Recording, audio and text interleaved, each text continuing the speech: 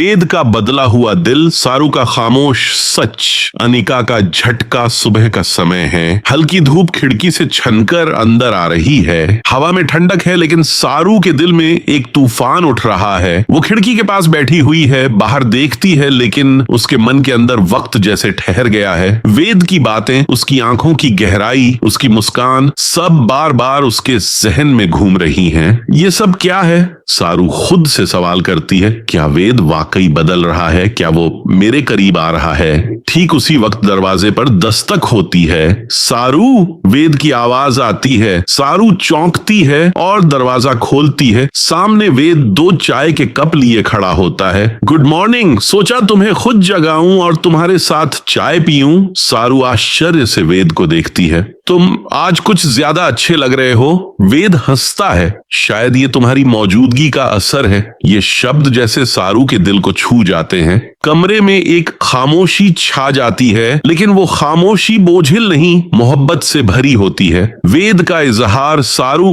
वेद थोड़ी देर चुप रहता है, फिर कहता है, क्या तुमने कभी सोचा है कि जिंदगी कितनी बदल जाती है जब हम किसी खास इंसान से मिलते हैं? सारू की आंखों में सवाल उमड़ आते हैं। क्या मतलब? तुम्हें देखकर मुझे एहसास होता है कि मैं अनिका के साथ कभी खुश नहीं था। वो एक समझौता था, एक मजबूरी, लेकिन तुम सच्चाई हो, सुकून हो। सारू नजरें झुका लेती हैं। उसका दिल जोर से धड़क रहा होता है। वेद, ये सब इतना आसान नहीं है। तुम और अनिका। सारू, वेद की आवाज में दृढ़ता है। मैं अब सिर्फ वो रिश्ता चाहता हूं जो दिल से हो, और वो रिश्ता मैं तुम्हारे साथ चाहता हूं। सारू की आंखों में आंसू आ जाते हैं, लेकिन वो खुद को मजबूत करती है। उसे पता है ये रास्ता कांटों भरा है। अनिका की शक और चाल। ठीक उसी वक्त अनिका दोनों की बातें दीवार के पीछे से सुन रही होती है। उसके चेहरे पर क्रोध की लकीरें साफ दिखती हैं। ये लड़की, ये मुझसे वेद को छीन रही है। मैं ऐसा होने नहीं दूंगी। अनिका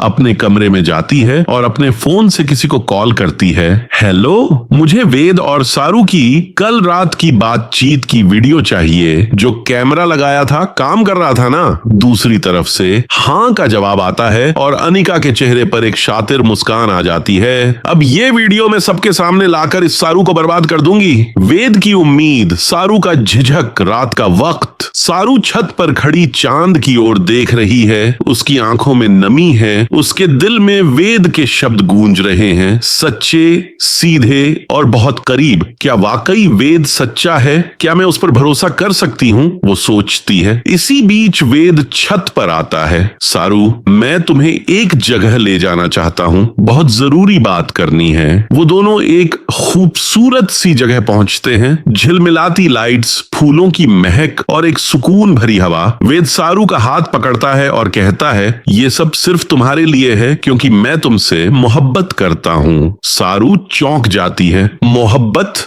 हाँ सारू, तुम्हारे बिना मेरी जिंदगी अधूरी है। क्या तुम मेरे साथ चलोगी? सारू की आंखें भर आती हैं। वेद, अगर तुम्हारे दिल में सच्चाई है तो मैं तुम्हारे साथ हूं, लेकिन हमें बहुत कुछ सहना होगा। वेद मुस्कुराता है। अगर तुम साथ हो तो मैं सब सह लूंगा। अनिका का वार अगले दिन। पूरे परिवार के सामने अनिका एक प्रोजेक्टर लगवाती है और कहती है, ये देखिए सब लोग, ये है उस लड़की की असलियत। कैसे उसने मेरे वेद को फंसाया। वीडियो में वेद और सारू की बातें दिखाई जाती हैं, लेकिन एडिट करके, तोड़ मरोड़ के। घर में सब हैरान हो जाते हैं। वेद की माँ गुस्से से चिल्लाती है, ये क्या बेहूदगी है? ये तो परिवार की इज्जत का सवाल है। लेकिन वेद आगे बढ़ता है और डंके की चोट पर कहता है, बस बहुत हुआ। ये वीडियो झूठी है, और अगर सच्ची भी हो तो मुझे कोई शर्म नहीं, क्योंकि मैं सारू से मोहब्बत करता हूँ। सारू पीछे हटने लगती है। वेद, ये सब बहुत बड़ा फैसला है। तुम्हें अपने परिवार की भी सोचनी चाहिए।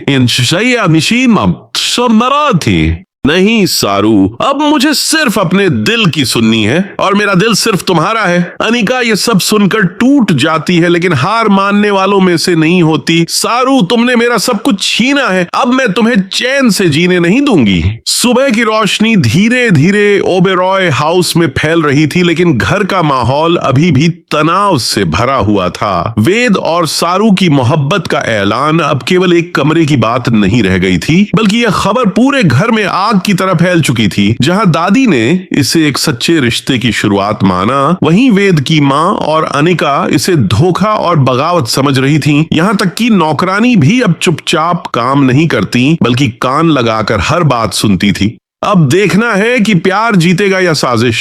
अनिका की नई चाल, प्लान बी। अनिका अब टूट चुकी थी, लेकिन उसने हार नहीं मानी थी। अगर वेद मेरा नहीं हो सकता तो सारू भी चैन से नहीं रह पाएगी। अब मैं जो करूंगी वो पूरे परिवार को हिला देगा। वो अपने पिता के पास जाती है, जो एक बड़े नेता होते हैं। पापा, मुझे इस बार आपकी ताकत चाहिए। इस लड़की ने मेरी जिंदगी बर्बाद कर दी है, अब इसे सबक सिखाना है। पिता गंभीर होकर कहते हैं, बेटा, राजनीति और रिश्ते दोनों साथ साथ चलते हैं। अगर इस बार तुम हार गई तो तुम्हारा नाम भी खत्म हो जाएगा।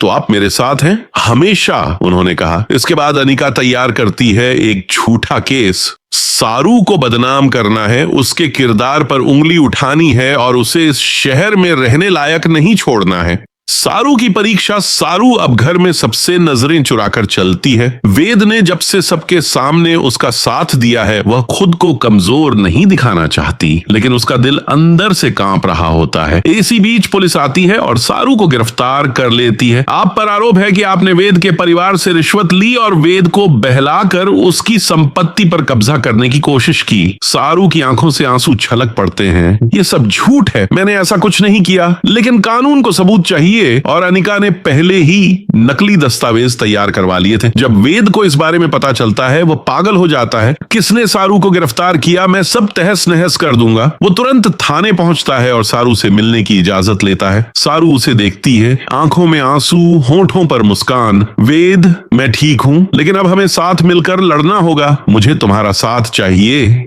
अदालत में इंसाफ की लड़ाई। अब मामला अदालत में पहुंच चुका था। एक तरफ अनिका का वकील था, जो झूठी गवाहियों और सबूतों से केस मजबूत कर रहा था। दूसरी ओर वेद और सारू थे, सच के साथ, भरोसे के साथ। वकील चिल्लाकर कहता है, मेरे मुवक्किल को इस लड़की ने धोखा दिया है, ये एक सोची समझी साजिश है। तभी वेद खड़ा होता है और डंके की चोट पर बोलता है, अगर प्यार करना साजिश है तो हर रिश्ता अपराध है। मैं सारू से सच्चा प्यार करता हूं और ये मेरा हक है। कोर्ट में सन्नाटा छा जाता है। जज फैसला सुनाते हैं, जब तक ठोस सबूत न हो किसी पर आरोप नहीं लगाया जा सकता। यह मामला खारिज किया जाता है। सारू की आंखों में राहत के आंसू होते हैं, लेकिन अनिका की आंखों में जलन और बदले की आग भड़क उठती है।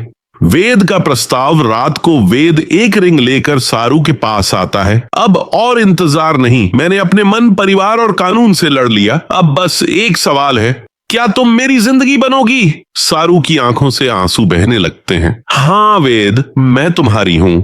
दोनों एक दूसरे को गले लगा लेते हैं, लेकिन पर्दे के पीछे अनिका खड़ी होती है, टूटी हुई, अकेली, फिर भी हार मानने को तैयार नहीं। ये अंत नहीं है, मेरी कहानी में अब भी एक मोड़ बाकी है। सी दर्शकों, अगर आपको आज का एपिसोड पसंद आया हो तो उपश्वरयीन, जिस दोस्त ने या हमारे किसी नाजरीन ने अब तक हमारे चैनल टेली अपडेट को सब्सक्राइब नहीं किया है, वो तुरंत और जल्दी से सब्सक्राइब कर लें। हम आपके लिए लाते रहते हैं नई अपडेट्स, जबरदस्त ट्विस्ट्स और मजेदार वीडियोस। अगर ये वीडियो पसंद आई हो तो चैनल को लाइक और शेयर करना बिल्कुल मत भूलें। मिलते हैं अगली अपडेट में, तब तक देखते रहिए टेली अपडेट चैनल, जहां हर मोड़ है खास।